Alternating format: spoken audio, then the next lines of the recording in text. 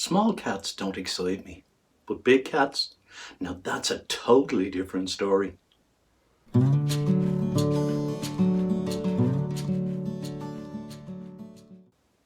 a dog person. I'm not particularly fond of cats, domestic cats that is.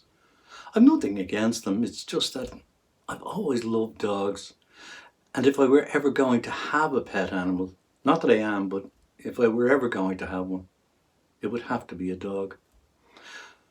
But you know the funny thing, when it comes to wild animals, I absolutely love cats. Big cats, that is. Lions and tigers, leopards and cheetahs. And one animal I'd love to photograph is one of those big black panthers. But that's a story for another day. For today, I'll stick with cats I have photographed. And for this week's episode of Wildlife Wednesday, I'd like to talk about lions. In episode 46, I spoke of my first day in the Masai Mara and how I'd been spoiled on my journey from Okiombo airstrip to Entum camp by my driver cum guide Petro, who took way more time than necessary getting to camp due to the fact that I was his only passenger and he indulged my every whim when it came to stopping and photographing whatever I saw, or more correctly, whatever he pointed out for me to see and to photograph if he thought it might interest me. And by the time we reached Entum camp, having been in the Mara only a short few hours, I'd already photographed 8 different species. Amongst the 8 species I did get to photograph in those first few hours on our way to camp was my first lion, or more correctly, my first 6 lions, because one of the 2 females we encountered had 4 cubs with her. And first encounters are always special. Could it get any better? Believe me, it could. And over the next 9 days, it certainly did. In fact, every moment I spent in the Mara was a special one. And I treasure all of the memories those moments gave me. None more so than when they brought us, just like they did on that first day, into close contact with lions. And when I say close, I mean close. On several occasions, we were no more than 20 feet away from some of the lions we came across. How thrilling an experience is that? For any photographer who might be watching this, 20 feet was the minimum focusing distance of my 600mm lens, which meant I was too close to get even a headshot of one of these beautiful creatures. But thankfully I did get quite a few headshots in my time there. I have only one regret, and that's the fact that there are no tigers in Africa, because I would love to photograph tigers, just as I would the black panther I mentioned earlier on. Who knows? Maybe someday. Before I leave you to watch today's slideshow of the lions I saw in the Mara, there's one little snippet about lions I'd like to share. We came across 2 males and 1 female in a heavily wooded area where they were taking care of 2 cubs which Petro reckoned to be no more than 2 days old. Lion cubs are born blind and remain so for a couple of weeks, so obviously they needed constant care and attention. And this mother appeared to be unhappy with the ditch where they were sheltering and wanted to find a more secluded hiding place. So she left the 2 males to take care of the cubs while she found a safer location. She must have had some really strong faith in those 2 males, because it's not unheard of for males to eat cubs. But in the time that she was gone and we were watching them, they showed genuine affection towards their charges. She came back 5 or 6 minutes later, took 1 cub in her mouth and began moving toward her new hiding place. And I got a couple of nice half-length shots, but I wanted to get a full-length shot with the cub in her mouth.